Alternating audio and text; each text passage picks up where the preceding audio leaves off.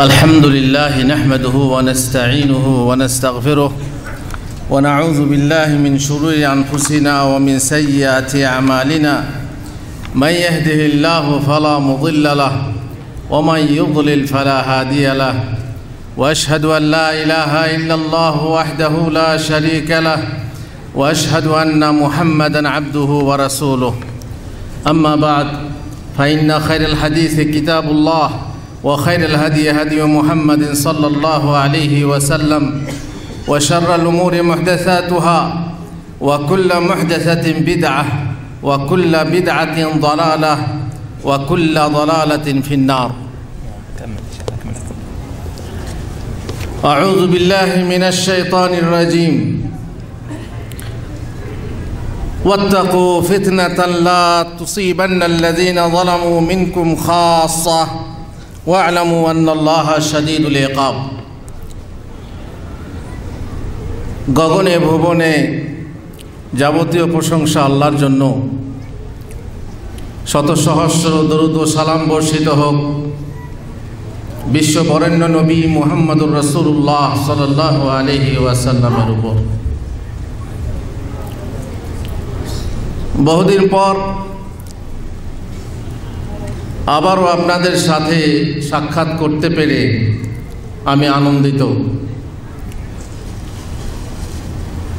আমরা এক মহান উদ্দেশ্য নিয়ে এখানে জমায়েত হয়েছি, বক্তা শ্রোতা সকলে মিলে। আমরা সকাল থেকেই শুনে আসছি আমাদের জীবনে কোরআন ও সুন্নাহর গুরুত্ব। কোরআন ও সুন্নাহ যারা গ্রহণ করছেন, বিশেষ করে সৌদি আরবে এসে যারা সহি সুন্নাহ অনুযায়ী চলতে চাচ্ছেন, যারা বলছেন যে কোনো মযহাব মানা যাবে না, লা মযহাবি হতে হবে, আর তার জন্য আপনাদেরকে ওয়াহাবি বলা হচ্ছে, গায়ের মোকাল্লেদ বলা হচ্ছে, আরও অনেক কিছু বলা হচ্ছে। সহি আকীদা নিয়েও যারা দলাদলি ভাগাভাগি করছেন, তাদের থেকেও অনেকে সতর্ক করছেন। সহি আকীদার লোকেরাও ভেঙে খান খান হয়ে যাচ্ছে।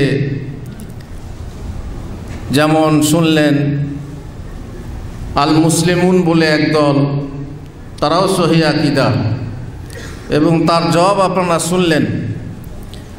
রাসূলুল্লাহ সাল্লাল্লাহু আলাইহি সাল্লামের জামানায় কোনো ফেরকা ছিল না। তিনি ভবিষ্যৎবাণী করেছিলেন আমার উম্মত কত ভাগে ভাগ হবে? 73 ভাগে ভাগ হবে। যখন ভাগ ছিল না তখন মুসলিমুন, কিন্তু ভাগ হওয়ার পরে আপনার কোনো পরিচয় থাকা দরকার আছে না নেই? এখানে সৌদিয়াতে যদি আপনাকে জিজ্ঞেস করে আন্তাইশ, বলা না বাংলাদেশি। কিন্তু এখানে বাংলাদেশিদের মধ্যে যদি কেউ জিজ্ঞেস করে আপনি কি, তো আপনি বলবেন বাংলাদেশি। বাংলাদেশ কোথায়? বাংলাদেশি না, বাংলাদেশ তো বুঝলাম, কোথায়? বলবেন বাংলাদেশি। তো নিশ্চয়ই লোকে আপনাকে পাগল বলবে। পরিচয় পাওয়া যাবে? কোন ডিস্ট্রিক্ট, কোন ইউনিয়ন, কোন গ্রাম, কোন থানা, এ তো বলতেই হবে। পরিচয়ের জন্য আপনাকে পরিচয় দিতে হবে। বেশ, এ একটা দল। আর একটা দল, আমাকে একজন বললেন হুজুর আর একটা দল আছে। আর একটা দল আছে জানেন? চাঁদ মামু। চাঁদ মামু কি দল জানেন আপনারা? চাঁদ মামু দল আমিও কিন্তু প্রথম শুনলাম। হ্যাঁ, সারা বিশ্বে একদিনে ঈদ করতে হবে, আর না হয় সৌদি আর সাথে করতে হবে। এরা নাকি চাঁদ মামুর দল। আমি কিন্তু প্রথম শুনলাম। আমাকে কথাটা খুব ভালো লেগেছে, বুঝতে পারছেন? আরেক দল উঠেছে, তারা বলছে হুজুর আপনারা কোরআন সুন্নাহ মানার ডাক দিচ্ছেন। কোরআন মানতে হবে, সুন্নাহ মানতে হবে। কোরআনে 800টা জিহাদের আয়াত আছে, সেই আয়াত আপনি ডিলিট করে দেন। 800 খানা জিহাদের আয়াত আছে, মানে না পারা? বুখারীতে আছে, লা তাযালু তায়েফাতুম মিন উম্মতি যাহিরিনা আলা হক ইউকাতিলুন, কিতাল করতে থাকবে। তার মানে শুয়ে বসতে, খেতে, পান করতে, কিচেনে থাক, সবসময় কিতাল, লড়তেই থাকবে। এটা মানে না পারা? তাহলে কি কিতাব সুন্নাহর আপনারা ডাক দিচ্ছেন?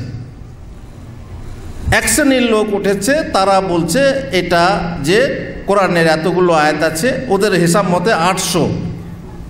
আমার কাছে ফেসবুকে ডাইরেক্ট কথা হয়েছে, 800 আয়াত আছে, ডিলিট করে দেন। ডিলিট করার ক্ষমতা তো আমার নয়, কারো আছে ক্ষমতা? তাহলে মানেন না আপনারা? মানুন। আমরা মানি না সে আয়াতগুলো। এদেরকে কি বলে জানেন? এদের নতুন নাম উঠেছে, এদের সঙ্গেও এদের পরিচয়ের জন্য একটা নাম উঠেছে। তাদেরকে কি বলছে? তাদেরকে বলছে খারেজি। এখন প্রশ্ন হলো, খারেজি কারা? খারেজি কে? খারেজির পরিচয় কি? তাদের কোনো ইতিহাস আছে? আপনাদেরকে সেটাই বলবো। জানি না, পারবো না অতগুলো কথা বলতে। ইনশাআল্লাহ আজ কিছু কথা বলবো, পরে অন্য জায়গাতে বাকি কথাগুলো বলবো। ইনশাআল্লাহ আপনারা ইউটিউবে পাবেন। আল্লাহ তাআলা বলছেন, ফিতনা, ফিতনা এমন এক ফিতনা, এমন আম ফিতনা, যে ফিতনা তোমাদের মাঝে এসে পড়লে তোমাদের মধ্যে যারা জালেম কেবল তাদেরকে স্পর্শ করবে না, বরং আমভাবে, আম খাস সবাইকে নিষ্পিষ্ট করবে, সবাইকেই স্পর্শ করবে, স্পষ্ট হবেই। এখন এই যে ফিতনার সময়ে আমাদের করা কি উচিত? এতগুলো ফিতনা, এই যে সহিহ আকীদার মধ্যে এত দ্বন্দ্ব, এত ঝামেলা, কি করা যায়? খুব আমভাবে বলছি। সর্বপ্রথম আপনার কর্তব্য হবে কিতাব ও সহিহ সুন্নাহ আলা ফাহমে সালাফিল উম্মাহ। কিতাব এবং সহিহ সুন্নাহ মানতে হবে, যেটা আপনারা শুনলেন, শুনে আসছেন সকাল থেকে। সাহাবাদের বুঝ অনুযায়ী বুঝতে হবে এবং সেই অনুযায়ী আমল করতে হবে। নম্বর 2, কোনো ব্যাপারে যখন কোনো একটা বিষয়ে ফায়সালা নেওয়ার ব্যাপার আসবে, বড় বড় আলেমের দ্বারস্থ হবেন, বড় বড় আলেম উলামার দ্বারস্থ হবেন। নিজে কোরআন হাদিস বুঝে আপনি নিজে ফায়সালা নেবেন না। বাংলা শিখে গেছেন, বাংলাতে হাদিস পড়ছেন, আজ তো সব সহজ, বাংলায় তাফসীর পড়ছেন। গতকালকেই এক ভাই আমাকে বলছেন যে অমুসলিমদেরকে সালাম দেওয়া যাবে, কোরআনের আয়াত আছে, ওয়াইজা খাতাবাহুমুল জাহিলুনা কালু সালামা। তারপরে আম হাদিস আছে, তোমরা সালাম প্রচার করো। এখানে তো বলা হয়নি যে মুসলিমদের মাঝে প্রচার করো। বাস বাংলা হাদিস পড়ে ফতোয়া হয়ে গেল। কদিন ফেসবুকে খুব দেখছিলাম যে আমার নবী মুহাম্মদুর রাসূলুল্লাহ সাল্লাল্লাহু আলাইহি সাল্লামকে শ্রেষ্ঠ নবী বলা যাবে না। আপনারা শুনেছেন, যারা ফেসবুক নিয়ে থাকেন তারা দেখেছেন, শ্রেষ্ঠ নবী বলা হবে না। কেন না? বুখারীর হাদিস আছে, তোমরা আমাকে ইউনুস বিন মাত্তার উপরে প্রাধান্য দিও না, বেশি বড় মনে করো না, মোসাদ থেকে বেশি বড় মনে করো না। বাস বাংলাতে হাদিস পড়েছে, ফতোয়া দেওয়া শুরু হয়ে গেল। তার মানে এই যে মাদ্রাসা পড়ুয়া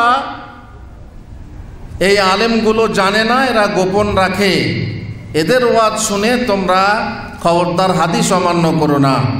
না, আলেম ওলামা, ওলামায়ে কেরাম তার ব্যাখ্যা কি নিয়েছেন, অন্যদের বিরোধী কোনো ব্যাখ্যা আছে কি না। যেমন হাদিস বলতে সহি হাদিসকে মানতে হবে, জাল জয়ীফ মানা যাবে না, তেমনি মানসুখ মানা যাবে না। হাদিস সহি হলেই তো হবে না, মানসুখ হলে মানা যাবে না। হাদিস যদি রাসূলুল্লাহ সাল্লাল্লাহু আলাইহি সাল্লামের বিশিষ্ট হয়, বৈশিষ্ট্য হয়, মানা যাবে। সেটা আমার সুন্নাহ হবে না, সেটা তার জন্য খাস। সুতরাং হাদিস মানেই আমি আমল করতে লাগলাম তা হবে না। আরেকটা কথা বলি, সম্ভবত জুবাইল অথবা দাম্মামের কোনো লোক যদি সেই লোক থাকেন, জানতে পারবেন, বুঝতে পারবেন, আমাকে ফেসবুকে আমার সঙ্গে যোগাযোগ করে বলছেন, হুজুর আমি তো সেহরি খাচ্ছি না ফজরের নামাজ শুরু হওয়া পর্যন্ত। আপনারা সেহরি খাওয়া বন্ধ কখন করেন? আজান হলে, তাই তো? নামাজ পর্যন্ত নয়। উনি বলছেন আমি নামাজ পর্যন্ত খেয়ে যাই। কেন? বুখারী নম্বরের এত নম্বর হাদিস। এই এত নম্বরের হাদিস ডক্টর জাকির নায়েক শিখে গেছেন আর সবাইকে পেরেশান করে দিয়েছেন। কত নম্বর হাদিস? সবাই তো ডক্টর জাকির নায়েক না। এত নম্বর হাদিসে আছে নামাজ সালাত শুরু হওয়া পর্যন্ত খাওয়া চলবে। আল্লাহুল মুস্তাআন। বাংলা বুখারী পড়েছে। তো এইভাবে খবরদার না। জিহাদের 800 আয়াত আছে। আল্লাহ রসুল সাল্লাল্লাহু আলাইহি ওয়াসাল্লাম বলেছেন ইউকাতিলুন, তারা কিতাল করতে থাকবে। তার মানে কি? ইমাম বুখারী তার বুখারী গ্রন্থে হাদিসটা নিয়ে এসেছেন আর তার বাবের শিরোনাম বেঁধেছেন হুম আহলুল ইলম। কি বলেছেন? হুম আহলুল ইলম। ইলম হচ্ছে এক প্রকার কিতাল, আর কিতালের যখন সময় আসবে তখন অবশ্যই কিতাল করবে। কিন্তু সেই সময় এসেছে কি না তুমি জানলে না, আর বললে যে হ্যাঁ ফাকতুলুল মুশরিকিনা হাইসু ওয়াজাদতুমু, যেখানে পাবে সেখানেই মারো। এইরকম মারলে হবে নাকি? এ কোন কথা হলো? অতএব বর্তমান পরিস্থিতিতে কোনো সংকটে পড়লে কার সাহায্য নিতে হবে? আলেম ওলামার সাহায্য নিতে হবে। 3 নম্বর কর্তব্য হলো, যেখানে ফিতনা, হক বাতিল বোঝা যায় না, ফিতনার সময়ে ফিতনা থেকে দূরে থাকতে হবে। যখন বাতিল হক চিনতে পারবেন না তখন আপনি ফিতনা থেকে দূরে থাকবেন। সুতরাং এই 3টে কথা আমভাবে মনে রাখবেন। এবার চলুন আমরা জানতে চেষ্টা করব খারেজি কাকে বলে। খারেজির ইতিহাস মুহাম্মদুর রাসূলুল্লাহ সাল্লাল্লাহু আলাইহি ওয়াসাল্লামের জামানাতেই সৃষ্টি হয়। একবার জাবের রাদিয়াল্লাহু তাআলা আনহু বলছেন, জিররানাতে আমরা ছিলাম, হুনাইন থেকে ফিরছিলাম, আর বিলালের কাপড় দিয়ে, বিলালের কাপড়ের ভিতর থেকে কিছু টাকা পয়সা বিলি হচ্ছিল, চাঁদি সোনা বিলি হচ্ছিল, আর সেখান থেকে মানুষকে দিচ্ছিলেন। এমন সময়ে এক ব্যক্তি এসে বলল, ইয়া মুহাম্মদ ইদিল, মুহাম্মদ তুমি ইনসাফ করো। দেখছেন কত বড় সাহস! কাকে বলছে? রাসূলুল্লাহ সাল্লাল্লাহু আলাইহি ওয়াসাল্লামকে। কি বলছে? ইনসাফ করো, ন্যায় পরায়ণ হও। কত বড় সাহস! এইরকম সাহসের দরকার। এইরকম সাহসী লোক যারা, তারাই খারেজি। ওর একটা হাদিস বলে দেখবেন, আফজালুল জিহাদি কালিমাতুল হক ইনদা সুলতানিন জায়ের। সব থেকে শ্রেষ্ঠ জিহাদ হলো জালেম বাদশার কাছে হক কথা বলা। এটা হচ্ছে সর্বশ্রেষ্ঠ জিহাদ। কিন্তু রাসূলুল্লাহ সাল্লাল্লাহু আলাইহি ওয়াসাল্লাম কি বলছেন? রাসূলুল্লাহ সাল্লাল্লাহু আলাইহি ওয়াসাল্লাম জালেম বাদশা? তাহলে বাদশা জালেম না সেটা না বোঝার আগে তুমি তার সঙ্গে তার প্রতিবাদ করলে, মুখে মুখে তার বিরোধিতা করলে, এটা কি? রাসূলুল্লাহ সাল্লাল্লাহু আলাইহি ওয়াসাল্লাম বলছেন, শুনুন। রাসূলুল্লাহ সাল্লাল্লাহু আলাইহি ওয়াসাল্লাম বললেন, ওয়াইলাকা ওয়া মান ইয়াদিল ইযা লাম আকুন আদিল। ধ্বংস হোক তোমার, খারাপই হোক তোমার, উপভোগ আপনার, দুর্ভোগ তোমার। তুমি আমার জন্য বলছো আমি ইনসাফ করব? যদি আমি ইনসাফ না করি দুনিয়ার বুকে আর কে ইনসাফ করবে? যদি আমি ইনসাফ না করি দুনিয়ার বুকে, ইনসাফ করার আর কেউ পাবে না। লাকাদ খিবতা ওয়া খাসিরতা ইন লাম আকুন আদিল। ফাকালা উমর ইবনুল খাত্তাব রাদিয়াল্লাহু তাআলা আনহু, দানি ইয়া রাসূলুল্লাহ। উমর ইবনুল খাত্তাব তো দেন, ইয়া রাসূলুল্লাহ, আমাকে অনুমতি দেন, এর গর্দান উড়িয়ে দিই। এত বড় কথা বলে আপনার মুখে? না, রাসূলুল্লাহ সাল্লাল্লাহু আলাইহি ওয়াসাল্লাম না। অনেক লোক হত্যার যোগ্য ছিল, কিন্তু রাসূলুল্লাহ সাল্লাল্লাহু আলাইহি ওয়াসাল্লাম হত্যা করেননি। মুনাফিকদেরকে হত্যা করেননি। কেন? যাতে লোকে না বলে যে মুহাম্মদ নিজের সম্প্রদায়ের লোক হত্যা করছে, ছেড়ে দাও। কিন্তু রাসূলুল্লাহ সাল্লাল্লাহু আলাইহি ওয়াসাল্লাম বললেন, মাআযাল্লাহ, আয়াতাহাদ্দাসান নাস আন্নী আক্তুল আসহাবি ইন্না হাযা ওয়া আসহাবুহু ইয়াকরাউনাল কুরআনা লা ইউজাউযু হানাজিরাহুম ইয়ামরুকুনা মিনহু কামা ইয়ামরুকুস সাহমু মিনার রামিয়াহ। রাসূলুল্লাহ সাল্লাল্লাহু আলাইহি ওয়াসাল্লাম চিহ্নিত করলেন এই শ্রেণীর লোক, এর পিছনে আরও সঙ্গী আছে এবং এর রুহানি সন্তান যাকে বলা হয় তারা আছে যারা কোরআন পড়বে, কিন্তু তাদের কোরআন এই মুখ থেকে কণ্ঠ বেয়ে নিচে যাবে না, হৃদয়ে যাবে না। তারা দিন থেকে এমন বের হয়ে যাবে যেমন তীর শিকার ভেদ করে বের হয়ে যায়। এত বাড়াবাড়ি, শিকার করেই শিকারের ভিতরে থেকে যাবে না, বেরিয়ে চলে যাবে। তার মানে তাদের দিন নিয়ে প্রচুর বাড়াবাড়ি হবে, তারা হবে প্রতিবাদী, তারা হবে প্রতিবাদী। অন্য এক বর্ণনায় আছে ইন্না মিন দিদি হাযা কওমান ইয়াকরাউনাল কুরআন লা ইউজাউযু হানাজিরাহুম ইয়ামরুকুনা মিনাল ইসলামি মুরুকাস সাহমি মিনার রামিয়াহ ইয়াকতুলুনা আহলাল ইসলাম ওয়া ইয়াদাউনা আহলাল আওসান। এই লোকটার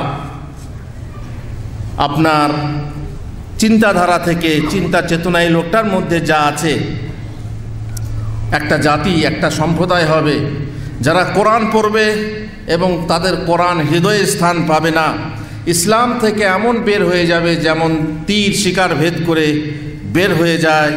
তারা মুসলিমদেরকে হত্যা করবে এবং পৌত্তলিকদেরকে বর্জন করবে। তাদেরকে হত্যা করবে, মুসলিমদেরকে হত্যা করবে আর পৌত্তলিকদেরকে বর্জন করবে। এরা এখন নিজের ঘর সামালতে লাগবে, নিজের ঘরের লোক হত্যা করবে। রাসূলুল্লাহ সাল্লাল্লাহু আলাইহি সাল্লাম বলছেন লা ইন আদরাকতুহুম লা আকতুলান্নাহুম কাতলা আদ। আমি যদি তাদেরকে পাই, আমার জামানায় যদি তারা এইভাবে সংগঠিত হয়, তাহলে আদ জাতির মতো ধ্বংস করে ছাড়ব। ফাহাল তারা লাহুম মিন বাকিয়া, আদকে ধ্বংস করা হয়েছিল এমনভাবে কোনো অবশিষ্ট কেউ ছিল না। এইভাবে তার সর্ব শেষ করে দেব যদি আমি তাদেরকে পাই। জুলখুয়াইসরা, এ হলো জুলখুয়াইসরা নামক এক লোক, যে এইভাবে, যার নাম জুলখুয়াইসরা অথবা আবদুল্লাহ বিন জুলখুয়াইসরা। যাই হোক, এই যে অবস্থা, এই অবস্থা ছিল রাসূলুল্লাহ সাল্লাল্লাহু আলাইহি সাল্লামের যুগে। আর এরা আস্তে আস্তে ধীরে ধীরে জমায়েত হতে লাগলো। আরেকটা হাদিসের কথা বলি, আবু সাঈদ খুদরি থেকে বর্ণিত এবং আনাস বিন মালিক থেকে বর্ণিত।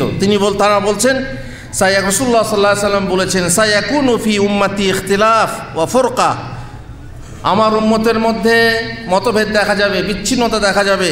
কওমুন ইহসিনুনাল কিলা ওয়া ইউসিউনাল ফেল, এমন এক জাতি যারা কথা খুব সুন্দর সুন্দর বলবে কিন্তু কাজে সুন্দর হবে না। ওয়া ইয়াকরাউনাল কুরআনা লা ইউজাউযু তারাকিয়াহুম, তারা কোরআন পড়বে, তাদের কণ্ঠস্থ হবেন, তাদের কণ্ঠ থেকে নিচে যাবে না।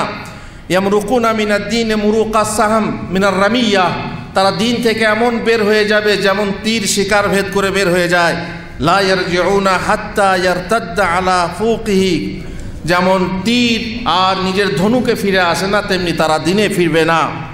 শাররুল খালকি ওয়াল খালিকা, সমস্ত সৃষ্টির নিকৃষ্ট জাত, সমস্ত সৃষ্টির নিকৃষ্ট জাতি হচ্ছে তারা।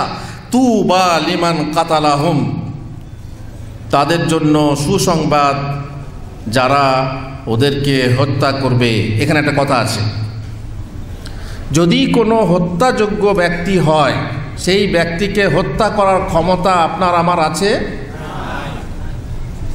মনে করুন আপনার গ্রাম, মনে করুন শহরওয়ালা, তো শহরওয়ালাই আছে, অধিকাংশ লোক গ্রামের। আপনার গ্রামের একটা লোক ধরা পড়লো বিবাহিত ব্যভিচার করেছে, তাকে কি করতে হবে? হবে না? খতম করতে হবে। এবার আপনারা গ্রামের লোক মিলে, দরকার কি, গ্রামের লোক মিলে তাকে নিয়ে এসে ওখানে একটা গর্ত করলেন, নিয়ে পাথর নিয়ে এসে মারতে লাগলেন, চলবে? চলবে না। কে করবে এটা? হ্যাঁ, সরকার যদি না করে, সরকার যদি না করে আপনার দায়িত্ব আছে করার? বলুন। মুশকিল হচ্ছে এখানে, বুঝটা এখানে যে কাজ সরকারের করার কথা, সরকার যদি না করে তাহলে কি আমাকে করতে হবে? এ দায়িত্ব কে দিয়েছে তোমাকে? এ দায়িত্ব কে দিল? সুতরাং রাসূলুল্লাহ সাল্লাল্লাহু আলাইহি সাল্লাম বলছেন, যারা তাদেরকে হত্যা করবে তাদের জন্য সুসংবাদ। তার মানে আপনি ভাববেন না যে তাহলে আমি এক খারেজিকে মেরে দিই তাহলে আমি সুসংবাদটা পাব না। এ আইন আপনি নিজের হাতে তুলে নেবেন না, যেমন ওরা নিয়েছে। রাসূলুল্লাহ সাল্লাল্লাহু আলাইহি সাল্লাম বলছেন, ইয়াদউনা ইলা কিতাবিল্লাহ, তারা আল্লাহর কিতাবের দিকে আহ্বান জানাবে, ওয়ালাইসু মিনহু ফি শাই, অথচ কিতাবে তারা কিছুই নয়। কাতালাহুম কানা আউলা বিল্লাহি মিনহুম মান কাতালাহুম কানা আউলা বিল্লাহি মিনহুম। আল্লাহপন্থী সেই হবে যে তাদের বিরুদ্ধে যুদ্ধ করবে। সাহাবারা জিজ্ঞেস করলেন, ইয়া রাসূলুল্লাহ মা সিমাহুম, তাদের নিদর্শন কি, তাদের আলামত কি? রাসূলুল্লাহ সাল্লাল্লাহু আলাইহি সাল্লাম বললেন, আত-তাহলিক, মাথা নেড়া করে থাকবে। তার মানে এত ধর্মকে মানবে যে মাথার চুল পর্যন্ত রাখবে না, কি করবে? নেড়া করে রাখবে। আর রাসূলুল্লাহ সাল্লাল্লাহু আলাইহি সাল্লাম বলেছেন, আল খাওয়ারিজ কিলাব ও আহলিন নার, খাওয়ারেজ হচ্ছে জাহান্নামের কুকুর। তাহলে বোঝা গেল রাসূলুল্লাহ সাল্লাল্লাহু আলাইহি সাল্লামের জামানাতে এই ব্যাপারটা ছিল, খাওয়ারেজদের ব্যাপারটা রাসূলুল্লাহ সাল্লাল্লাহু আলাইহি সাল্লামের জামানাতে ছিল। তখনকার একটা ফিকরা, তখন একটা চিন্তাধারা ছিল। তারপরে সাহাবাদের জামানায় আসুন। সাহাবাদের জামানায় আমর ইবনে সালামা হামদানি বলছেন, কুন্না নাজলিসু আলা বাবে আব্দুল্লাহ বিন মাসউদ কাবলা সালাতুল গাদাত, প্রত্যেক দিন আমরা ফজরের নামাজে যাওয়ার আগে আব্দুল্লাহ বিন মাসউদ রাদিয়াল্লাহু তাআলা আনহুর দরজার সামনে বসতাম। ফাইজা খারাজা মাসাইনা মাহু ইলাল মসজিদ, তিনি বের হলে তার সঙ্গে আমরা মসজিদে যেতাম। এমত অবস্থা আবু মুসা আশারি এসে উপস্থিত হলেন। ফাকালা আখরুজ ইলাইকুম খারাজা ইলাইকুম আবু আব্দুর রহমান বাদ, আবু আব্দুর রহমান মানে ইবনে মাসউদ কি বের হয়েছেন? বললেন না। তারপরে তিনি আমাদের সঙ্গে বসে গেলেন। তারপর আব্দুল্লাহ বিন মাসউদ বের হলেন। ফালাম্মা খারাজা কুমনা ইলাইহি জামিয়ান, আমরা দাঁড়িয়ে গেলাম এবং তাকে নিয়ে। ফাকালা লাহু আবু মুসা আবু আব্দুর রহমান, আবু মুসা বললেন, ইয়া আবু আব্দুর রহমান ইন্নী রাআইতু ফিল মসজিদে আনিফান আমরান আনকারতু, মসজিদে এমন একটা জিনিস দেখলাম যেটা আমি আপত্তিকর মনে করলাম। কোন মসজিদে? মসজিদে নববীতে, মদিনায় মসজিদে নববীতে এমন একটা জিনিস দেখলাম যা আমি আপত্তি করলাম। ওয়ালাউ আরাম আলহামদুলিল্লাহ ইল্লা খায়র ওয়ালাম আরা আলহামদুলিল্লাহ খায়রা, আর আমি আলহামদুলিল্লাহ ভালো ছাড়া খারাপ দেখলাম না, আমার মনে হয় কাজটা ভালো। আব্দুল্লাহ বিন মাসউদ বললেন, সেটা কি কাজ? বললেন, ইন ইশতা ফাসাতারা, যদি আপনি বেঁচে থাকেন তো আপনি মসজিদে গিয়ে দেখতেই পাবেন। কালা রাআইতু ফিল মসজিদ কওমান, কালা রাআইতু ফিল মসজিদে কওমান হিলাকান জুলুসা, আমি মসজিদে দেখলাম কিছু কিছু লোক গোল টেবিল, গোল হালকা করে বসে আছে, নামাজের অপেক্ষা করছে। আর প্রত্যেক হালকাতে একটা করে লোক রয়েছে, আর তাদের হাতে রয়েছে কাঁকর। অবশ্য এখন তো কাঁকরের দরকার নাই, এখন তো কি উঠেছে, কি বলে, তসবি দানা ব্যবহার করা জায়েজ না না জায়েজ? তসবি গুনতে কি ব্যবহার করতে হয়? মেশিন উঠেছে, আবার মেশিন, খাট খাট খাট। কি ব্যবহার করবেন? আঙুল। ইন্নাহুন্নাল মুস্তানতাকাত, এই আঙুল আপনার জন্য কাল কিয়ামতে সাক্ষী দেবে। আর তসবি মালাতে লোককে দেখানো হবে আমি একজন তসবি পাঠকারী, মুসাব্বিহ। আর যদি আপনার রিয়া না থাকে তো কমসে কম এটা শরীয়তের তরিকার বাইরে। সুতরাং আমি দেখলাম তাদের হাতে কাঁকর রয়েছে। এবারে সেই প্রত্যেক হালকার যে প্রধান, সে বলছে কাব্বিরু মিয়া, 100 বার তকবীর পড়ো। তখন সবাই 100 বার তকবীর পড়ছে। তারপর বলছে হাল্লিলু মিয়া, 100 বার লা ইলাহা ইল্লাল্লাহ পড়ো। হাল্লিলুনা মিয়া, তারা তখন 100 বার লা ইলাহা ইল্লাল্লাহ পড়ছে। ওয়াকুল সাব্বিহু মিয়া, বলছে 100 বার করে তসবিহ পড়ো। তখন সবাই 100 বার করে তসবিহ পড়ছে। আব্দুল্লাহ বিন মাসউদ বললেন আবু মুসাকে, ফামাজা কুলতা লাহুম, তুমি তাদেরকে কি বললে? কালা মা কুলতু লাহুম শাইআন ইনতাজারা রায়ক, আমি আপনার রায়ের অপেক্ষায় কিছু বলিনি তাদেরকে। কালা আফালা আমারতাহুম আই ইয়াউদ্দু সাইয়্যাতিহিম, তারা তাসবিহ তাহলিল তাকবীর গুনছে, তাদেরকে হুকুম করলে না কেন তারা তাদের পাপ গণনা করত? কি বুঝলেন? আবু মুসা আশআরী এটা খারাপ কাজ ভাবলেন না, কারণ তাসবিহ পড়ছে, তাকবীর পড়ছে আর তাহলিল পড়ছে, তো এটা খারাপ কাজ কি? ইবনে মাসউদ কি বুঝলেন? যে এ কাজ ভালো কাজ না। তাদেরকে কেন বললে না? যে তারা নিজেদের পাপ গণনা করে। যাই হোক, ইবনে মাসউদ রাদিয়াল্লাহু তাআলা আনহু সহ বাকি সবাই মসজিদে এলেন। তারপরে একটা হালকার সামনে এসে ফাওয়াকাফা আলাইহিম, তাদের সামনে দাঁড়ালেন। ফাকালা মা হাযাল্লাযী আরাকুম তাসনাউন, আমি কি দেখছি তোমরা এ কি করছো? কালু ইয়া আবা আব্দুর রহমান হাসা নাউদ্দু বিহি তাকবীর ওয়া তাহলিল ওয়া তাসবিহ, তো কাঁকর, এই কাঁকর নিয়ে আমরা তাসবিহ তাহলিল করছি। আমাদের দেশে কুলখানি হয়, কুলখানি কি দিয়ে হয়? কাঁকর দিয়ে নাকি ওটা কি বলে, বুট না ছোলা?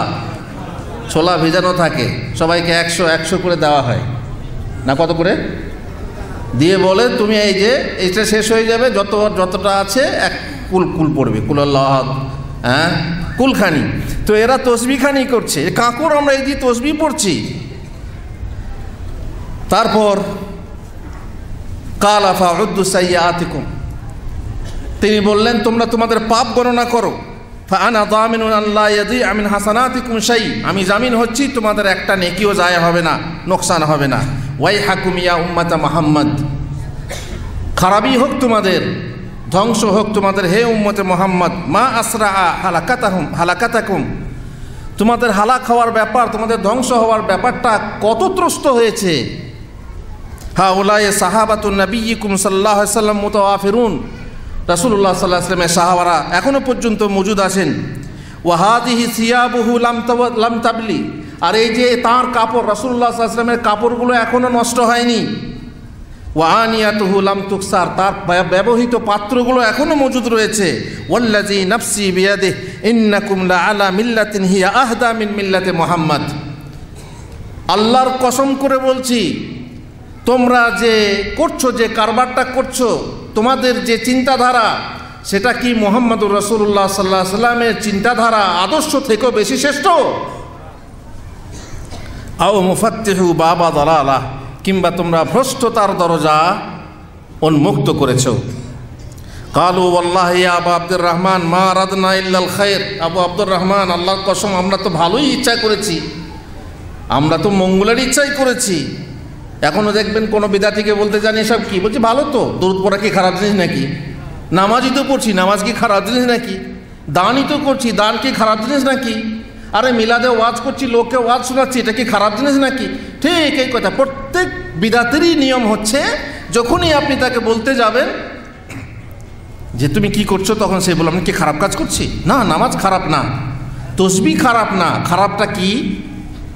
খারাপটা কি? ইবনে মাসউদ বলছেন ওয়া কাম মিন মুরিদিল লিল খাইরি লা ইউসিবা, কত মঙ্গল কামি আছে যে মঙ্গলের নাগাল পায় না, কত মঙ্গল কামি আছে যে মঙ্গলের নাগালই পায় না।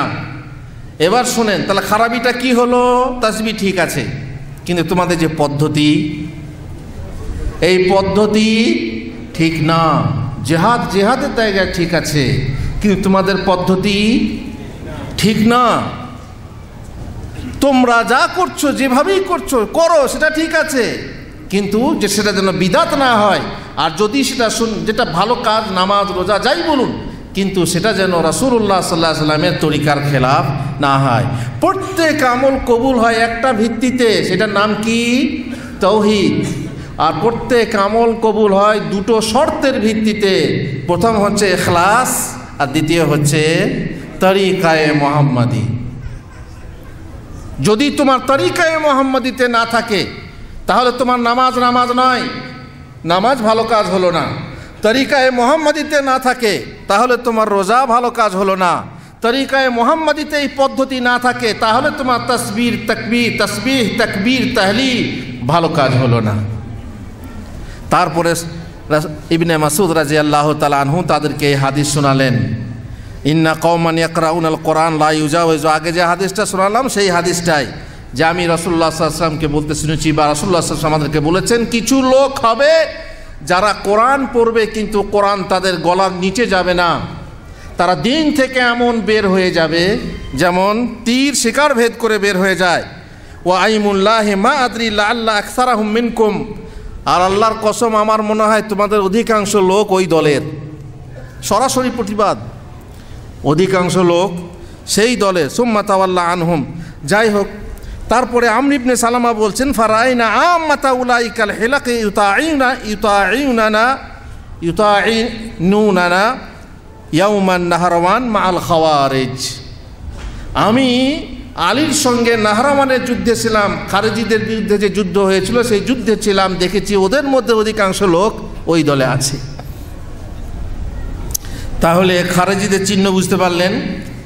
খারেজিদের চিহ্ন হলো তারা দিনের ব্যাপারে সাংঘাতিক কট্টর, দিনের ব্যাপারে এমন কট্টর হবে যে রাসূলুল্লাহ সাল্লাল্লাহু আলাইহি ওয়াসাল্লাম বলছেন যে তাকরাহুনা সালাতাকুম ইনদা সালাতিহিম, তাদের নামাজের কাছে নামাজের কাছে কি, তোমাদের নামাজকে কি মনে করবে? তুচ্ছ মনে করবে, একদম মানে কিছুই না। ওরা এত নামাজ পড়ে, এত রোজা করে, কিন্তু সমস্যা হলো কি তাদের মধ্যে বাড়াবাড়ি আছে। এইভাবে এই ধরনের কিছু রুহানি সন্তান ছিলই রাসূলুল্লাহ সাল্লাল্লাহু আলাইহি ওয়াসাল্লামের জামানাতে। আস্তে আস্তে ওসমান রাদিয়াল্লাহু তাআলা আনহুর জামানা, সংক্ষেপে ওসমান জামানা যখন রাদিয়াল্লাহু তাআলা আনহুর জামানা বা যুগ এলো, তখন তিনি যখন খলিফা হলেন, এমনিতেই খেলাফত নিয়ে তখন শুরু হয়ে গেছে, শিয়া সুন্নির ভাগ শুরু হয়ে গেছে। শিয়ারা তো মনে করত যে আলী ছিলেন খেলাফতের যোগ্য, শিয়ারা তো এও মনে করে যে আলী হচ্ছেন নবুয়তের যোগ্য, কিন্তু জিবরিল ভুল করে, হায় হায় হায় হায়, আল্লাহু আকবার, দেখছেন মুখ, আলী ছিলেন নবী হওয়ার যোগ্য, কিন্তু জিবরিল ভুল করে ওহী নিয়ে কার কাছে চলে যান? মুহাম্মদের কাছে। মুহাম্মদ যখন নবী হন তখন আলীর বয়স কত? হাজিব, মানে এমন এমন কথা, এমন এমন আকীদা বিশ্বাস বলার নেই। যাই হোক, ওসমান আবু বকর সিদ্দিক রাদিয়াল্লাহু তাআলা আনহু খলিফা হলেন, তিনি ইন্তেকাল করলেন, তিনি তো ওমরকে করে গেলেন। ওমর যখন, তাকেও হত্যা করা হলো। তারপরে ওসমান রাদিয়াল্লাহু তাআলা আনহু খলিফা হলেন। ওসমান রাদিয়াল্লাহু তাআলা আনহুর কিছু ভুল ঐতিহাসিকরা বলেছেন। দেখুন, এই যে একটা ব্যাপার, এই ইসলামী ইতিহাসটা আমি মোটেই কোথাও উল্লেখ করি না, আম পাবলিকের কাছে আমি মোটেই উল্লেখ করতে চাই না। তার কারণ তাদের মনে নানা সন্দেহ জাগবে, যেমন নাস্তিকরা জাগাচ্ছে। এই যে ইতিহাস, সাহাবাদের মধ্যে যুদ্ধ, আয়েশার সঙ্গে আলীর যুদ্ধ, ওসমানের সঙ্গে সাহাবাদের যুদ্ধ, ওসমানের দাড়ি ধরছে একজন সাহাবি, এসে ওসমানকে হত্যা করছে সাহাবি, এখন কি হতে পারে এটা? যাই হোক, তার কোনো ভুল হয়তো ছিল, যেমন ঐতিহাসিকরা উল্লেখ করেছেন যে যাকে তিনি গভর্নর বানিয়েছেন তিনি আত্মীয়, স্বজন পোষণ করেছেন, দান দিলে আত্মীয় দেখে দিতেন ইত্যাদি, এইসব বিভিন্ন সন্দেহ উত্থাপন করে খারেজিরা আবার বের হয়ে এলো।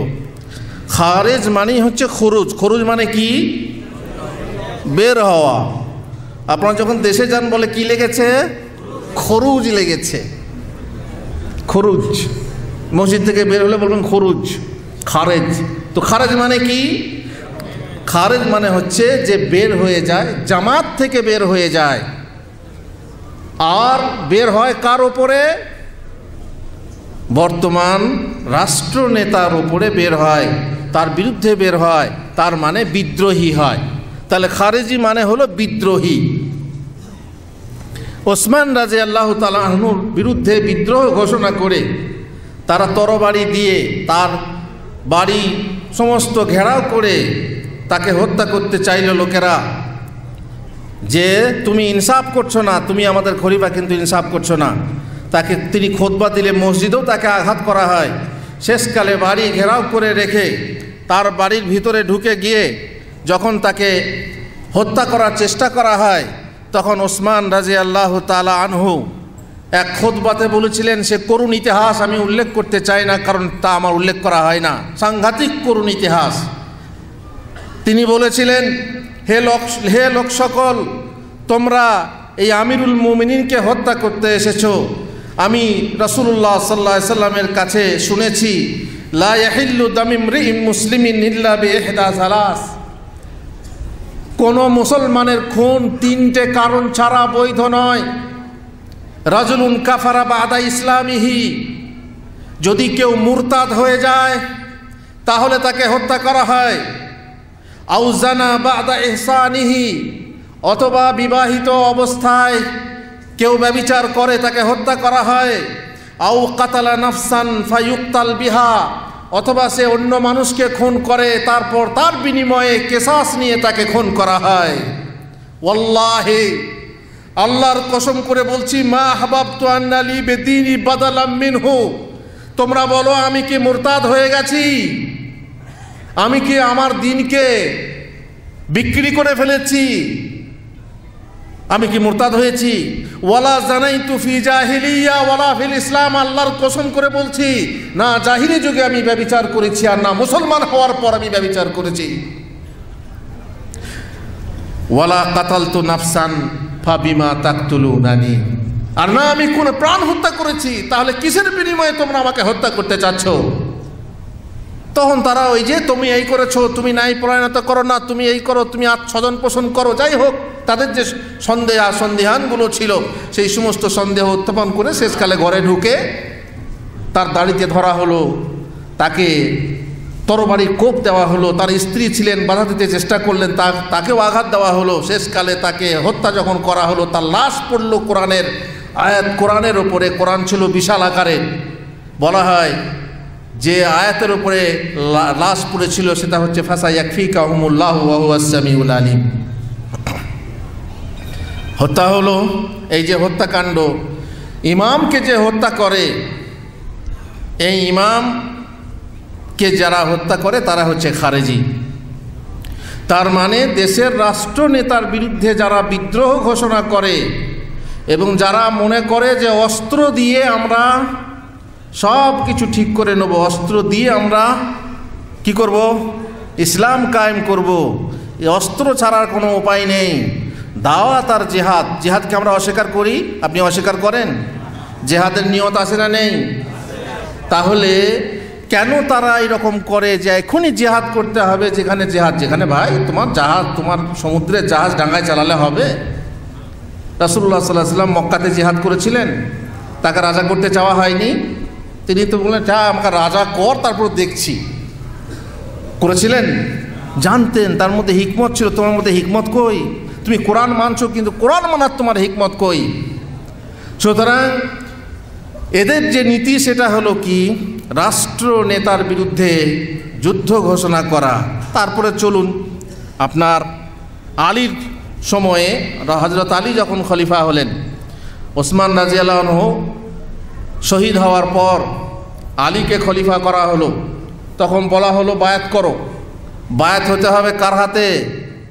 রাষ্ট্রনেতার হাতে। তো রাষ্ট্রনেতার হাতে বায়াত করতে সবাই চাইল না, বলল যে আগে ওসমানের হত্যাকারীদেরকে শাস্তি দেওয়া হোক, তারপর বায়াত করব। আর আলী রাদিয়াল্লাহু আনহু বললেন, আগে তোমরা আমার হাতে বায়াত করো, তারপরে খুনিদের শাস্তি হবে। হয়ে গেল ইখতিলাফ, আবার ইখতিলাফ। সুতরাং শাম দেশে এবং মিশর দেশে মুয়াবিয়া, আমর ইবনে আস এরা বায়াত করতে অস্বীকার করলেন, আর তার সাথে সাথে বহু লোক বায়াত করতে অস্বীকার করলেন, বায়াত করতে চাইলেন না। হয়ে গেল সেখানে। আর তার আগে, তার 1 বছর আগে ওসমানের হত্যাকারীকে ধরে সাজা দিতে হবে, এই দাবি নিয়ে আলীর বিরুদ্ধে তালহা, তারপরে আপনার আয়েশা একটা যুদ্ধ হলো, যে যুদ্ধ আপনারা জানেন জামাল যুদ্ধ নামে প্রসিদ্ধ। তারপর মুয়াবিয়া, আমর ইবনে আসের বিরুদ্ধে যুদ্ধ, আলী গেলেন সেখানে, সেই যুদ্ধ সিফিন যুদ্ধ নামক প্রসিদ্ধ। এসব যুদ্ধ আলোচনা করতেই আমাদেরকে ইচ্ছা হয় না।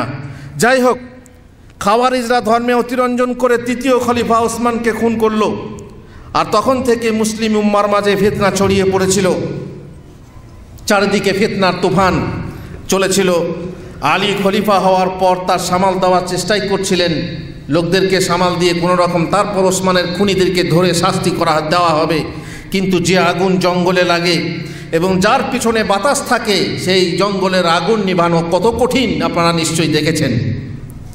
ফিতনার দাপট থেকে রেহাই পাওয়ার মানসে সিফফিন যুদ্ধ শেষে আলী রাদিয়াল্লাহু তাআলা আনহু শাম দেশ থেকে ফিরে এসে মদিনা ছেড়ে ইরাকে গেলেন। ইরাকে কুফা শহরের বাসিন্দা হলেন।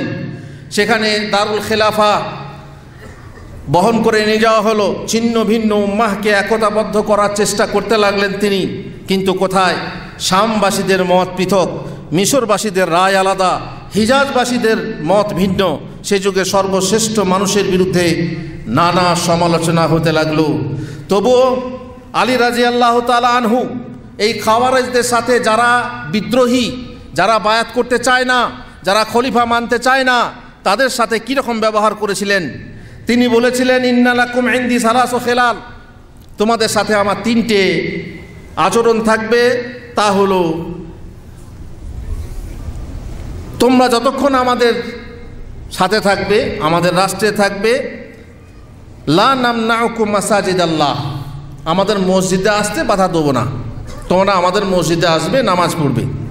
ওয়ালা নামনাউকুম ফাইয়ান মা কারাত আইদিকুম ফি মা আইদিনা মা কারাত আইদিকুম ফি আইদিনা, যদি আমাদের সঙ্গে যুদ্ধ করো তো যুদ্ধে তোমরা যে যা পাওয়ার তোমরা পাবে। ওয়ালা নুকাতিলুকুম হাত্তা তুকাতিলুনানা, আর তোমাদের বিরুদ্ধে আমি যুদ্ধ করব না যতক্ষণ না তোমরা আমাদের বিরুদ্ধে যুদ্ধ করেছ। একবার তাকে জিজ্ঞেস করা হলো, মুশরিকুন আহুম, আমিরুল মুমিনিন ওরা কি মুশরিক? কারা? খারেজিরা। ওরা কি মুশরিক? কালা মিনাশ শিরকে ফাররু, ওরা শিরক থেকেই তো পালিয়ে এসেছে, তার মানে ওরা মুশরিক নয়। কিলা আফা মুনাফিকুন, ওরা কি মুনাফিক? কালা ইন্নাল মুনাফিকিনা লা ইয়াযকুরুনাল্লাহা ইল্লা কালিলা, মুনাফিকরা আসলে অল্পই স্মরণ করে থাকে, এরা কত অনেক অনেক বেশি স্মরণ করে আল্লাহকে। ফাকিলা ফামা হুম ইয়া আমিরুল মুমিনিন, তারা কি? কালা ইখওয়ানুনা বাগাও আলাইনা, ওরা হচ্ছে আমাদেরই ভাই, আমাদের বিদ্রোহী। কাফের বলতেও তিনি চাননি। এত কিছু হওয়ার পর, এত কিছু করার পর, তারপরে শেষ অবস্থাতে যখন খাব্বাব বিন আরাত থেকে আবদুল্লাহ বিন খাব্বাবকে হত্যা করা হয়, খারেজিরা হত্যা করে, তখন রাসূলুল্লাহ সাল্লাল্লাহু আলাইহি সাল্লাম তাদের বিরুদ্ধে ব্যবস্থা নেন। উল্লেখযোগ্য যে সিফফিন যুদ্ধে অনেক লোক মারা গিয়েছিল দুই পক্ষেরই, কিন্তু সেখানে শেষ পর্যন্ত কোনো ফায়সালা হয়নি, সেখানে সালিশ হয়েছিল, সন্ধি হয়েছিল। সন্ধি হওয়ার পর যুদ্ধ থামিয়ে দুই পক্ষ ক্ষান্ত হয়েছিল। এদিকে দুষ্কৃতীরা বেহেশতে সনদপ্রাপ্ত খলিফার বিরুদ্ধে চক্রান্তের জাল বুনতে লাগলো। তার বিরুদ্ধে নানা অভিযোগে উত্থাপন করে প্রচার করতে লাগলো। কারা? যারা বিদ্রোহী, যারা বায়াত করতে চায় না। কি তিনি উম্মার মাঝে বিচ্ছিন্নতা সৃষ্টি করেছেন? তিনি তৃতীয় খলিফার হত্যাকারীদের বিরুদ্ধে ব্যবস্থা গ্রহণ করেননি, তিনি জিহাদ বাতিল করে দিয়েছেন, তিনি নিজের নাম থেকে আমিরুল মুমিনিন মুছে দিয়েছেন, তিনি আয়েশার বিরুদ্ধে জামাল যুদ্ধের দিন বন্দি না করে যুদ্ধ করেছেন, তিনি দিনের ব্যাপারে মানুষকে সালিশ মেনেছেন। অথচ আল্লাহ বলছেন, ইনিল হুকমু ইল্লা লিল্লাহ, আল্লাহ হুকুম কেবল আল্লাহরই চলবে, কিন্তু উনি দিনের ব্যাপারে সালিশ মেনেছেন। যাই হোক, ইবনে আব্বাস রাদিয়াল্লাহু তাআলা আনহু নাহরাওয়ানের দিনে, যখন নাহরাওয়ানের যুদ্ধ লাগবে তার আগে তিনি বহু চেষ্টা করলেন, আলী তাদেরকে বোঝাবার চেষ্টা করলেন, কিন্তু ফিতনাগ্রস্ত রোগা হৃদয়ে তা গ্রহণযোগ্য হলো না। অতঃপর ইবনে আব্বাস রাদিয়াল্লাহু তাআলা আনহু ইয়ামানি সুন্দর পোশাক পরে হারুরা ইরাকের হারুরা শহর, সেখানে তারা জমায়েত ছিল, তাদের নিকট উপস্থিত হলেন। তাদের সংখ্যা তখন 6000। ইবনে আব্বাস রাদিয়াল্লাহু তাআলা আনহুকে দেখে তাদের কেউ কেউ বলল, ওনার সাথে কথা বলো না, উনি বড় বাগ্মী, ওনার সঙ্গে কথা বলে পারা যাবে না। কেউ কেউ বলল, অসুবিধা কি, উনি কি বলছেন আমরা শুনবো, দেখি কি বলতে চান উনি। ইবনে আব্বাস তাদের নিকটে এসে সালাম দিলেন, কিন্তু তারা সালামের উত্তর দিল না। তারা বলল, স্বাগতম, আপনার এই লেবাস কেন, মানে এত সুন্দর লেবাস কেন পরেছেন? তিনি বললেন, কেন, এর বিরুদ্ধে কি তোমাদের কোনো অভিযোগ আছে? আল্লাহ রসুল সাল্লাল্লাহু আলাইহি ওয়াসাল্লামকে সুন্দরতম লিবাসে দেখেছি, অভিযোগ তো বিশাল অনেক কিছু। এই যে আমরা খারিজি নিয়ে কথা বলছি, আমাদেরকে কি বলে জানেন? কি বলে আমাদের নাম? ওরা কি দিয়েছে? দরবারি, দরবারি আলেম। এরা হচ্ছে দরবারি, এরা সরকারের সপক্ষে কথা বলে। এরা কবরের শিরিক দেখতে পায়, মাজারের শিরিক দেখতে পায়, মূর্তি পূজার শিরিক দেখতে পায়, সরকারের শিরিক দেখতে পায় না। এরা হচ্ছে সরকারের তোষক, তারা পোষক, তার মানে সরকারের বিরুদ্ধে মুখ খোলে না। অথচ আল্লাহর কসম, আপনারা শুনেছেন এই হুজুররা যাদের কাছে আপনারা দার্স নিতে আসছেন, তারা সরকারের বিরুদ্ধে কিছু বলে না। তাগুত পড়েননি আপনারা? তাওয়াগিত খামসা, তাওয়াগিত খামসা পড়েছেন? 5 রকম তাগুত আছে। এই 5 রকম তাগুতের ব্যাখ্যা এদের কাছে শুনেছেন না শোনেননি? যদি বলেন যে হুজুর আপনিও দরবারি, আমার বই আছে, 100 খানা বই আছে, 100 খানা বই পড়তে পড়তে দেখুন তো সরকারের বিরুদ্ধে কোনো কথা আছে না নেই? তাহলে কেন তোমরা বলছো দরবারি? আমরা কি দরবার করে বেড়াই নাকি? দরবারি নই। যদি ফিতনা রক্ষার জন্য, মানুষের মাঝে শান্তি প্রতিষ্ঠা করার জন্য, বিশ্বে শান্তি প্রতিষ্ঠার জন্য সঠিক পদ্ধতি বর্ণনা করা হয়, তাহলে কি দরবারি হয়? আর এক শ্রেণীর আলেম তো, আর এক শ্রেণীর মানুষ তো বলছে এরা আমার শয়তানের বক্সের আলেম, তার মানে ওই যে টিভিতে আসি তার জন্য। আল্লাহ মুস্তান। আরো কত কি বলবে, আরো কত কি বলবে, অভিযোগের শেষ নেই। এরা বলছে এরা এসি রুমে বসে ফতোয়া দিচ্ছে। এ দেখছে তো এসি রুমে বসে ফতোয়া দিচ্ছি। হ্যাঁ, আর ওরা কত কষ্ট করে ঘাম ঝরিয়ে মাথায় হাঁড়ি পতিলা নিয়ে কোথায় কোথায় গিয়ে ফতোয়া দিয়ে বেড়াচ্ছে। তো যদি কেউ এসি রুমে বসে ফতোয়া দেয় তার ফতোয়াটা মানবেন, না রোদে দাঁড়িয়ে ফতোয়া দেয় তার ফতোয়াটা মানবেন? কোনটা মানবেন? যে রোদে দাঁড়িয়ে ফতোয়া দিচ্ছে তার কথাটা মানতে হবে, তাই না? এই হচ্ছে মুখ, এই হচ্ছে মুখ, আর ওদের মুখ মাফি। অবশ্য মুখ আর বাঙালিরা বুঝবে না মুখ মাখি। ওরা মনে করছে রোদে দাঁড়িয়ে দাঁড়িয়ে যারা দিন প্রচার করে তাদের কথা মানতে হবে। আরে দিনের কথা এসি রুম থেকে বেরোচ্ছে না রৌদ্র রুম থেকে বেরোচ্ছে না অগ্নি রুম থেকে বেরোচ্ছে দেখার কথা না। কার কথাটা হক সেটা দেখ, হক মেনে নে। হক দেখে লোক চেন, জামাত চেন, জামাত দেখে লোক দেখে হক চিনিস না, ভুল করবি। সুতরাং অভিযোগ বহু আছে। ইবনে আব্বাসের প্রথম অভিযোগ হলো যে তুমি এত সুন্দর কাপড় পরেছো, কি ব্যাপার? ইবনে আব্বাস রাদিয়াল্লাহু তাআলা আনহু বললেন, কুল মান হাররামা জিনাতাল্লাহি আল্লাতী আখরাজা লিইবাদিহি ওয়াত তাইয়্যিবাতি মিনার রিজক কুল হিয়া লিল্লাযিনা আমানু ফিল হায়াতিদ দুনিয়া খালিসাতান ইয়াউমাল কিয়ামাহ কাযালিকা নুফাসসিলুল আয়াতি লিকওমি ইয়ালামুন। বলো, আল্লাহ সিও বান্দাদের জন্য যে সব সুশোভন বস্তু পবিত্র জীবিকা সৃষ্টি করেছেন তা কে নিষিদ্ধ করলো? এগুলো কি হারাম? বলো, পার্থিব জীবনে বিশেষ করে কিয়ামতের দিনে সমস্ত তাদের জন্য যারা বিশ্বাস করে, যারা ঈমান আনে, আর খাস করে কিয়ামতের দিনে সমস্ত রকমের সৌন্দর্য আছে মুমিনদের জন্য। জান্নাতে গিয়ে সমস্ত রকমের সুন্দর, নিজে সুন্দর, তার বউ সুন্দর, তার স্ত্রী এত সুন্দরী যে যখন সে খানা খাবে, খাবার খাবে, তো গলার এই যে কি বলে এটাকে, নালিতে দেখা যাবে খাবার নামছে, তাই না? পা খুলে বসে থাকলে পায়ের ভিতরে, হাড্ডির ভিতরে যে মগজ সেটাও দেখা যাবে।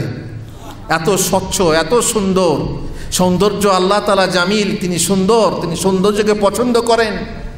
তো কে আমি সুন্দর কাপড় পরে এসেছি বলে তোমাদের সমস্যা কি? এই তো কোরআনের দলিল চাও, নাও কোরআনের দলিল দিলাম। অতঃপর তিনি বললেন, আমি আল্লাহ রসুলের চাচাতো ভাই, তার জামাই আমিরুল মোমিনিনের পক্ষ থেকে এসেছি, তার বিরুদ্ধে তোমাদের অভিযোগ কি? খারেজিরা বলল, তিনি দিনের ব্যাপারে মানুষকে সালিস বেনেছেন, অথচ মহান আল্লাহ বলেছেন সালিস বেনেছিলেন কাকে? আমর ইবনে আসকে, যে সালিস করে এই তরবারি ডগায় মোসাহাব তুলে যে আমাদের মাঝে বাইনাকুম ওয়া বাইনানা কিতাবুল্লাহ, সালিস মেনে যুদ্ধ থামিয়েছিলেন। ও আল্লাহর এই দিনের ব্যাপারে মানুষকে সালিস মেনেছে, এটা আমাদের অভিযোগ। জামাল যুদ্ধের দিন যুদ্ধ করেছেন, বন্দি করেননি, গনিমতের মালও সংগ্রহ করেননি। বিপক্ষ যদি কাফের ছিল তাহলে তাদের ধন ও নারী আমাদের জন্য বৈধ ছিল, আর যদি তারা মুসলমান ছিল তাহলে তাদের রক্ত আমাদের জন্য হারাম ছিল। আর সালিসের দিন তিনি নিজের নাম থেকে আমিরুল মোমিনিন নাম মুছে দিয়েছিলেন। তাহলে তিনি যদি আমিরুল মোমিনিন না হন তাহলে তিনি আমিরুল কাফিরিন। কার জন্য বলছেন? আলীর জন্য বলছেন। ইবনে আব্বাস বললেন আর কিছু, তারা বলল এই তিনটেই যথেষ্ট, এই তিনটে জবাব চাই, তারপরে বাকি দেখা যাবে। তিনি বললেন আমি যদি আল্লাহর কিতাব ও নবী সুন্নাহ থেকে সকল অভিযোগের উত্তর দিই তাহলে কি তোমরা মানবে? তারা বলল অবশ্যই মানব। বললেন তোমরা বলছো উনি আল্লাহর দিনে মানুষকে সালিস মেনেছেন, আল্লাহর কোরআনও তো সিকি দিরহাম খরগোশের ব্যাপারে মানুষকে সালিস মেনেছে। আল্লাহর কোরআন সিকি দিরহাম খরগোশ মারার ব্যাপারে মানুষকে সালিস মেনেছে, আল্লাহর কোরআনে আছে। কোথায় আছে? আল্লাহ তাআলা বলেছেন সূরা মায়েদার 95 নম্বর আয়াতে, ইয়া আইয়ুহাল্লাযীনা আমানু লা তাকতুলুস সায়দা ওয়া আনতুম হুরম ওয়া মান কাতালাহু মিনকুম মুতাআম্মিদান ফাজাযাউম মিসলু মা কাতালা মিনান না'ম ইয়াহকুমু বিহি যাওয়া আদলিম মিনকুম। হে ঈমানদাররা, ইহরামে থাকা অবস্থায় তোমরা শিকার বধ করো না। তোমাদের মধ্যে কেউ ইচ্ছাকৃতভাবে তা বধ করলে, শিকার করলে, যা শিকার করলো তার বিনিময় হচ্ছে অনুরূপ গৃহপালিত জন্তু। আজার মীমাংসা করবে তোমাদের মধ্যে দুজন ন্যায়বান লোক। এই দেখো, তাহলে কোরআনের ফয়সালা কি? কে ফয়সালা করবে? ন্যায়বান লোক। তাহলে আলী কি ভুল করেছেন বলতো স্যার? তারপর স্বামী স্ত্রীর মাঝে ঝগড়া ঝামেলা হলে সালিশ করতে হয় না, হয় না?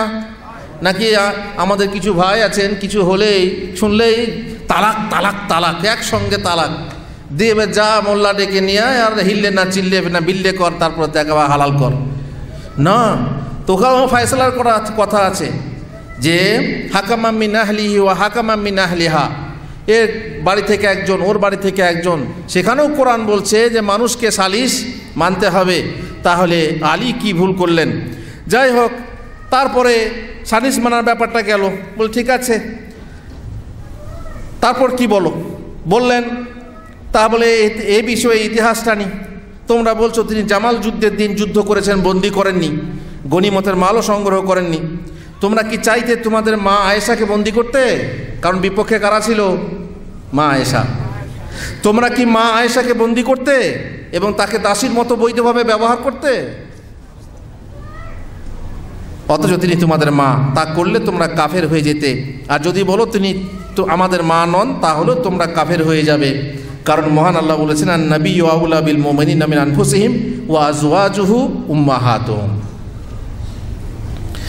নবী হচ্ছেন বিশ্বাসীদের নিকট তাদের প্রাণ অপেক্ষা অধিক প্রিয় এবং তার স্ত্রীগণ তাদের মা স্বরূপ। সুতরাং তোমরা দুই ভ্রষ্টতার মধ্যে একটি শিকার হবে। এখন এর উপায় তোমরাই বলো।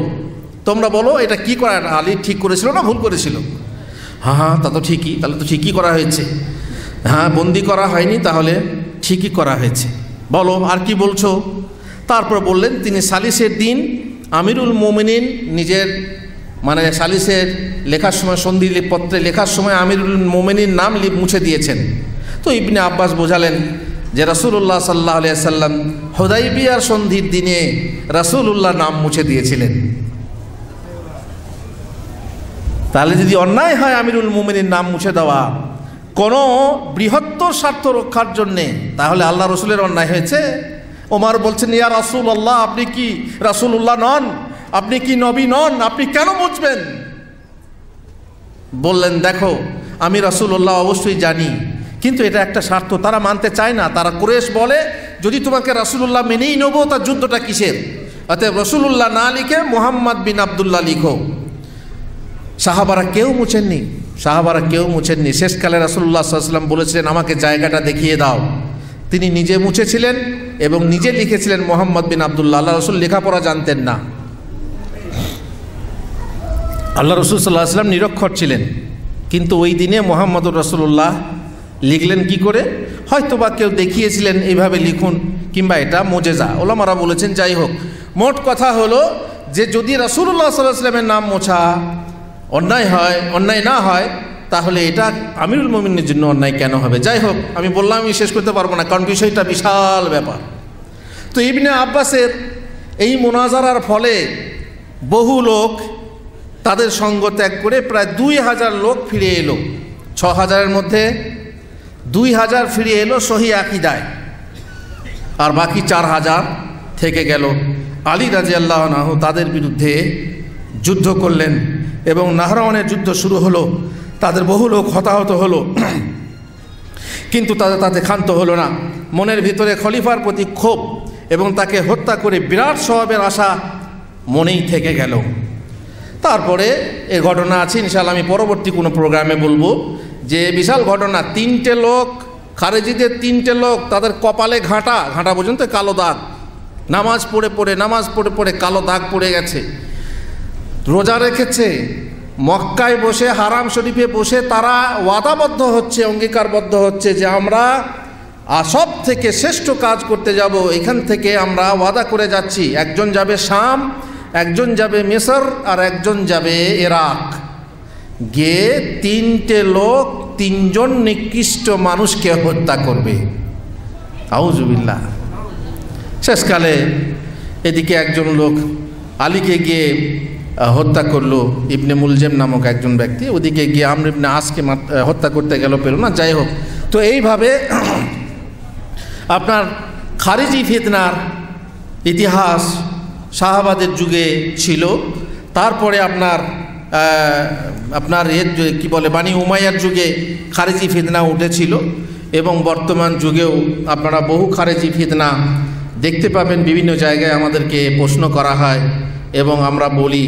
তো এরপরে আমরা বলবো ইনশাআল্লাহ যে খারেজি কারা, এ তো জানলেন। খরুজ কখন জায়েজ, কার বিরুদ্ধে বিদ্রোহ করা যাবে এবং যুদ্ধ করবেন। যুদ্ধ করতে মানা নেই। যুদ্ধ করে আপনি যখন যুদ্ধ করবেন, আপনি সহি আকীদার লোক, আপনি যুদ্ধ করবেন, আপনার সঙ্গ দেবে কে? আপনি সহি আকীদার লোক, যুদ্ধ করে আপনি সরকারকে হটিয়ে দিলেন, সরকারের কুরসি সামাল দেবে কে? এইভাবে বহু কথা আছে, ইনশাআল্লাহ পরবর্তীতে সুযোগ হলে শোনাবো। আল্লাহ তাআলা তৌফিক দেন আমাদেরকে এবং আপনাদেরকে। শেষ অনুরোধ যে আকীদার ব্যাপারে আলেম ওলামার পরামর্শ নেন। খবরদার বাংলা কিতাব পড়ে কিংবা কোনো আবেগময় বক্তার বক্তৃতা শুনে, জিহাদি বক্তৃতা শুনতে সত্যিই খুব মজা লাগে, আর লোককে উদ্বুদ্ধ করা যায়, লোকের রক্ত গরম করা যায়, কিন্তু মুশকিল হচ্ছে কি সামাল দেওয়াটা বড় কঠিন। এই জন্য দেখবেন যে কোনো দলের নেতা চায় না যে এটা হোক, কিন্তু ঘটে। তো এই জন্য আকীদার বিষয়ে আমরা জিহাদ মানি, জিহাদ করতে হবে সেটাও জানি, জিহাদের নিয়ত আছে, জিহাদের নিয়ত না থাকলে মুনাফিকের কোনো শাখায় মরতে হবে তাও জানি, কিন্তু জিহাদ কখন করতে হবে সেটাই জানি না। আর সেটা জানবে কারা? ওলামায়ে কেরামের কাছে পরামর্শ নিয়ে আপনি জিহাদ করবেন। এটাই আমার শেষ অনুরোধ। আল্লাহ তাআলা আমাদেরকে তৌফিক দেন যেন আমরা হককে হক বলে জানতে পারি এবং হক বলে মানতে পারি। আল্লাহুম্মা আমিন। ওয়া সাল্লাল্লাহু আলা নবিয়িনা মুহাম্মদ ওয়া আলা আলিহি ওয়া সাহবিহি আজমাইন।